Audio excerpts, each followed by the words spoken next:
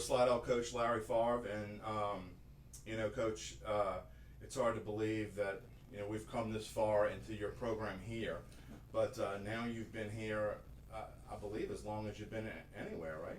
Yeah, well, I was 10 years at Walker, okay. 5 as a head, 5 as an assistant, but we're starting year 7, and I was at Fontainebleau 7. So as long as we were at Fontainebleau, and it's flown by. I can't believe it's already year 7, and I have to keep reminding myself of that.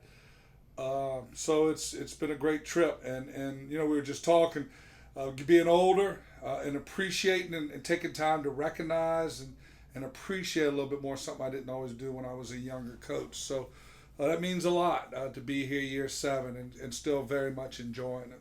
In year 1, we talked about you just trying to get things together and then starting to build a program, and maybe it's taken a little bit longer than you would have liked because every coach wants things to happen as quick as it can, but you have finally got to where you've kind of built that program here at Slidell. I think we have, Jim. I feel that we've built a program.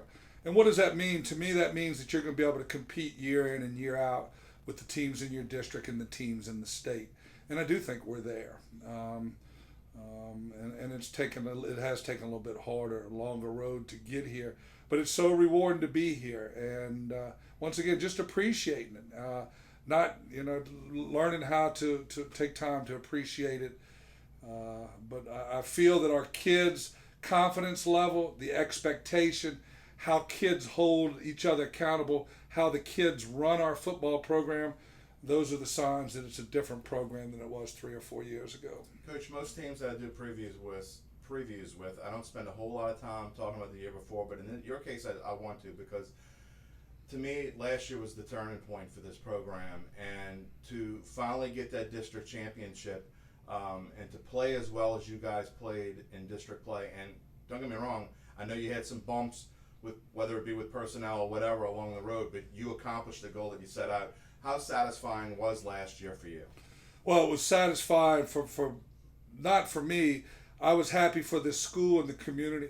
Slidell High is one of the oldest high schools in the state, has a tremendous football tradition, and to return that pride to the community and that tradition of winning back to the school felt very good for them. But more importantly, it was great for our kids, because when you push kids as hard as we do, when you work kids as hard as when you set such high goals, and it's a 3-6-5 program, you have to be able to show them some results. And so finally, after all the preaching and the core values and the lifetime coaching for the children, the players, and the coaches to see the results of all that hard work meant a lot. Let's talk about the 2019 Slidell Tigers, and let's start with the offense, because you have one of the best players in the parish, best players on the North Shore, if not one of the best players in the metro area, in Harlan Dixon. And did you expect Harlan to be able to play like he played last year? Obviously, Tito had missed some time. He was injured a little bit early part of the season. It gave him a chance to step up. Did you expect to see what you got from him? No. I mean, he was just so dominant and against some very good football teams. And, to be first team 5A All-State as a junior in the state of Louisiana at that position, I think that says it all. That just doesn't happen as a running back in Louisiana. So to get all those accolades, and he earned it. I mean, over 3,000 yards, receiving, rushing, the number of touchdowns. We can line him up all over the field. He could be in the one back. He could be in the slot. We can line him up at a Z and an X, throw the fade ball on the goal line. And Coach Chris Arnold, our offensive coordinator, does a great job of scheming him. But how much more dominant he will be this year because of how hard he's worked this offseason. As good as he was last year, he is in a totally different body for this year. All the college coaches that came to our spring practices that were evaluating him, that were recruiting him, could not believe when they saw him in person what a physical, dominating body he has. And so, he can get better, and we needed to get better. Well, we did lose a lot on offense. We lost all of our skill except for Dixon and Jordan Smith, our outside receiver. They're back, but we lost all our other skill. We lost 3 starters on the offensive line. But I do think that the biggest loss is at quarterback at Jacob Guidry. I mean, if there was a quarterback that played as good as he did last year, I know the kid at Zachary was phenomenal, state champ, deserves all the props. But Guidry played at an exceedingly high level last year, and he leaves big shoes to fill.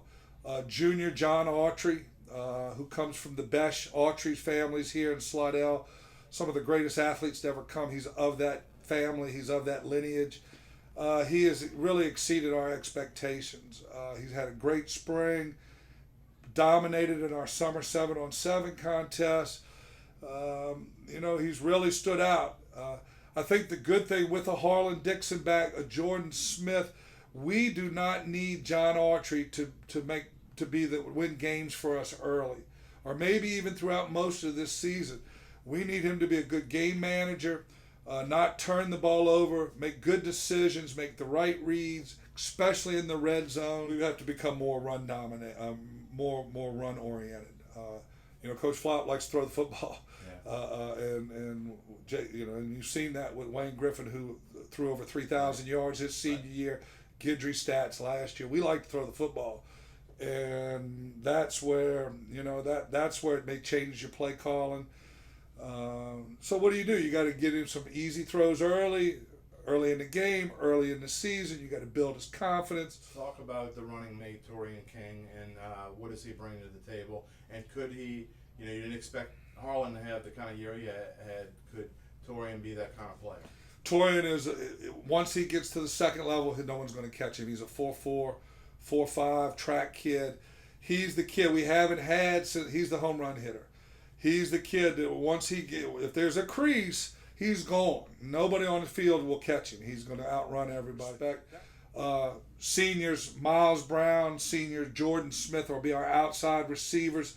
They both Jordan started every game last year.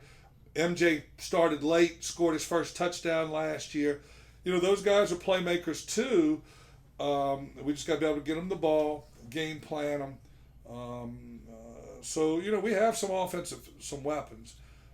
We've just got to do a good job of helping John being able to get them the football. Talk about your offensive line. Who are the two returners, and who do you have newcomers in? We had two sophomores that played every game, Michael Newber and Gabe Carbajal, and they're the real deal. They started every game for us last year, sophomores. They're 6'5", 270, 280. We think both will play past here. In fact, Carbajal's already been getting offers as going into his junior year. They're true offensive linemen, and they're really nasty. They play the game with a lot of intensity. They're going to be 3-year starters at the offensive line. Let's go to your defense, and how many returners do you have there? We have 7 returning on defense, really 8 because Ishmael Birdie got hurt late last year, missed both of the playoff games. So Oscar Davis started at free safety. So I guess if you put Oscar there, we really got 8 back. We did lose a senior defensive end, Solomon Hartley, who started every game for us last year. He tore his knee in the East Jeff spring game. Big loss for us because he's such a good kid, one of our leaders. And, you always hate to see a kid lose their senior year. Senior defensive tackles Matt Retief and Cameron Williams are back. Both of them had great years. Matt Retief was second team all-district. 2 of our strongest kids, 2 of our hardest workers in the weight room. So we have good strength up front with our 2 D tackles. Junior Jace Williams will be one of the defensive ends. He was ineligible last year, was a transfer from North Lake Christian, so had to sit last year. He's camped all summer, looks great. Maybe even be able to help us a little bit on offense as a tight end, H-back. So we're pretty good there. We should be pretty good on defense. But then we have junior Markeegan Grayback, who's had a phenomenal sophomore year. Senior Oscar Davis, senior Terrius Crawford. So those guys are back at the safety down linebacker positions. And then we have 2 seniors back on the inside in Dante Daniels and Anthony Chadwick. So, wow, So really the only, and I probably shouldn't be saying this as much as I am, Jim, our only really inexperience on defense are the 2 corners. And they're going to get tested right away, and we know that. Talk about let's get into schedule. Talk about your pre-district schedule a little bit. And, over the past couple of years, you've learned a lot about your team in those 3 games. I would imagine that this year is going to be no different. Well, certainly in the Jamboree scrimmage, I've always tried to play something really, really tough. And certainly when we go to Walker for our scrimmage and then Lakeshore and then Jamboree, we've done that. Yeah. They're going to expose our weaknesses. They're well coached, and they're going to show what we need to work on. Our pre-district schedule in the regular season is Booker T. Washington, and how being an Orleans Parish public school coach, to see Kennedy come back last year, to see Booker T come back, that means a lot to me. Yeah. That means something to me personally. I'm of that ilk. That's my background. So I'm glad that what's happening in the city for our children through the charter schools. So, I've known Coach Reese at Kip Booker T. His dad is a mentor of mine, Wayne Reese Sr. We saw them this summer in 7. In fact, they beat us in the championship game of the Southeastern 7. So a little bit of rivalry has already started. So we open with them. Then we play Archbishop Rummel, who's one of the premier programs in the country. I know Coach Roth has stepped down, but he didn't leave an empty cupboard. And then we open, boom. Right then we're in district with Mandeville, St. Paul's back-to-back to start with the new district schedule. And here we come, but I think, I want to play tough teams. I always have. They get you ready for November, and we want to be doing something in November. Are you having as much fun in your career as you had? How much longer do you want to do this?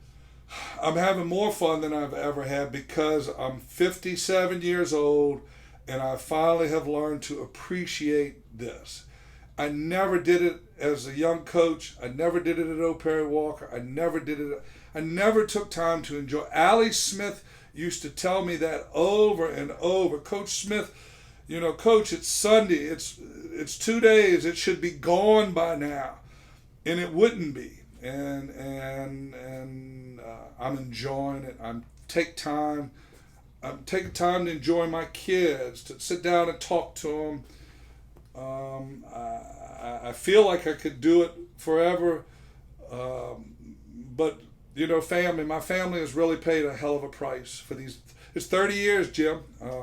30 years ago this August, I showed up at the back of O. Perry Walker to become a football coach.